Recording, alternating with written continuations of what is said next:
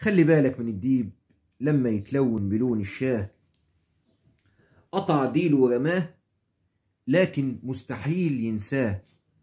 ياكل معاهم لكن أنيابه بيتاكله، دايما كده هو وأنيابه يتشكلوا، الكل فاكره منهم لو يبان شكله. إحساسك إيه يا جميلة؟ محتارة بقالك كام ليلة. قالت كل ما يجي يسلم يقول أحاسيس غصب عنه، حاسة الجماد ده بيتكلم، بيقول لي ده خاين خافي منه. وإحساسك إيه يا عبد العال؟ يا ترى إيه اللي حصل؟ تبقى حلو وعالي العال وفجأة نلاقي الحزن وصل. بيقول عبد العال، بيقول حاسس اني سايب بلدي، مش حاسس اني سايب بيتي، لا، حاسس اني سايب بلدي رايح بلد تانية.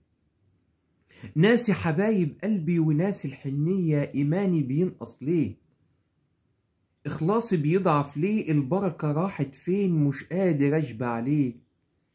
وابو جميلة مش راضي يتكلم من كتر اللي شافه بيتألم، بيسمع منادي في منامه بيغني وشايفه قدامه، اوعاك تسيب مطرحك لصهيوني مهما كان، ده بكلمة بيفرحك ويلدغ كما التعبان،